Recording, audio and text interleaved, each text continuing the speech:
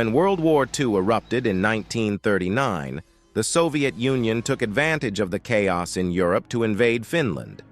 But what they didn't anticipate was a legendary sniper named Simo Häyhä stepping up to defend his homeland.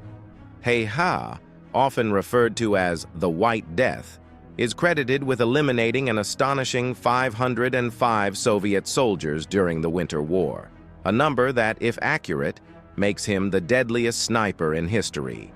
Today, we're diving into the remarkable story of Simo Häyhä and his unmatched skill. But before we get started, be sure to subscribe to Wistery. After all, it's what Simo would have wanted.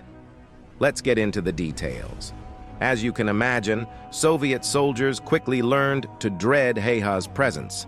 Patrolling the snow-covered Finnish wilderness, they knew that the White Death could be lurking anywhere, ready to take them out with a precise long-range shot.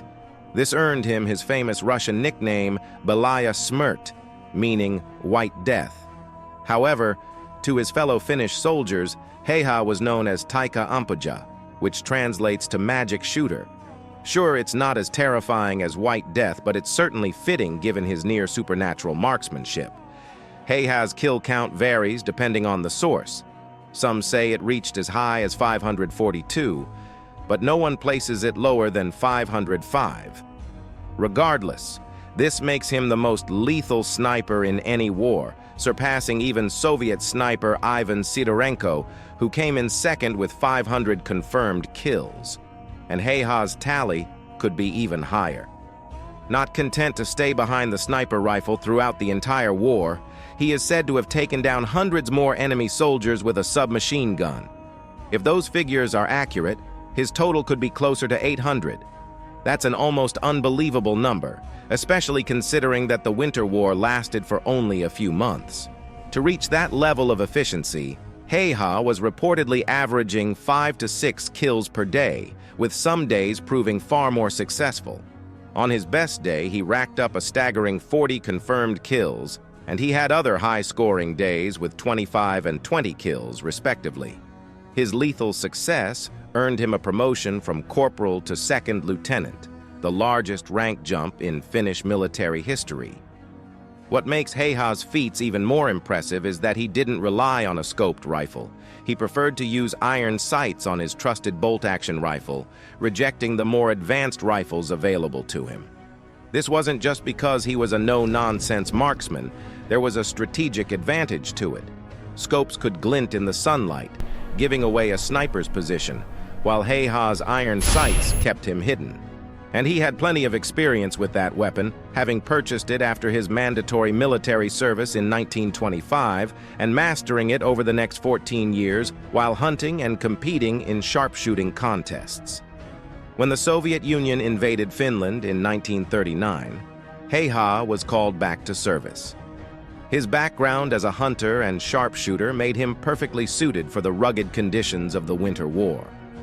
Temperatures ranged from -20 to -40 degrees Fahrenheit, which caused many weapons to malfunction. But Häyhä, familiar with his old bolt-action rifle, kept his weapon in perfect working condition throughout the campaign. Häyhä's prowess as a sniper wasn't just the result of natural talent. Growing up near a Civil Guard shooting range, he regularly competed in shooting contests, often taking home trophies.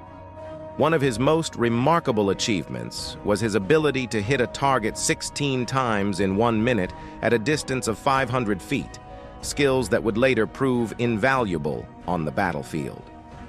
Häyhä was deployed to the Kola front, where he and just 31 Finnish soldiers were tasked with holding off 4,000 Soviet troops.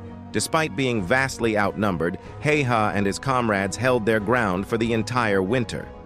The Finnish troops had some key advantages.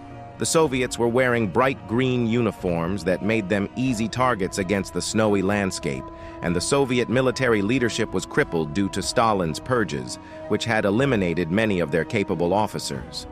Although the Soviets eventually claimed a small strip of Finnish territory, they paid a heavy price, suffering nearly 400,000 casualties compared to Finland's 66,000.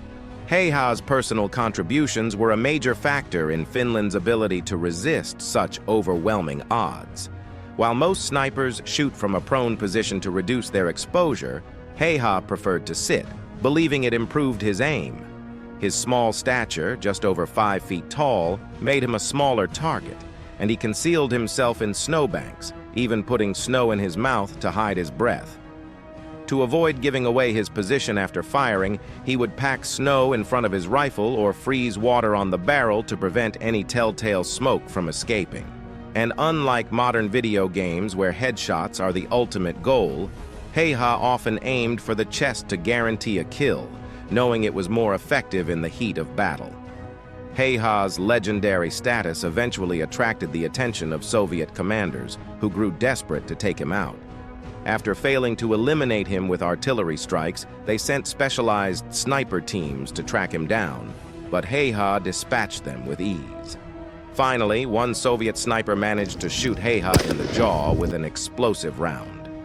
Even with half his face blown off, Häyhä refused to die. After days of surgery and recovery, he regained consciousness the day after the Winter War ended. Amazingly, Häyhä went on to live a long and peaceful life. In 1961, the Finnish government awarded him a farm, likely both as a reward for his service and to keep on his good side. He became a successful dog breeder and continued hunting, winning the Ruokolahti Hunting Society's Game Cup 5 years in a row.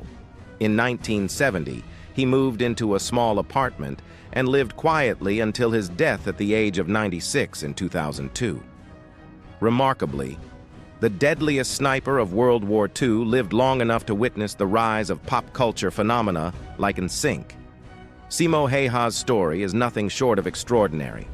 A humble farmer who became the deadliest sniper in history, racking up over 500 confirmed kills without the aid of a scope, before returning to a quiet life in the Finnish countryside.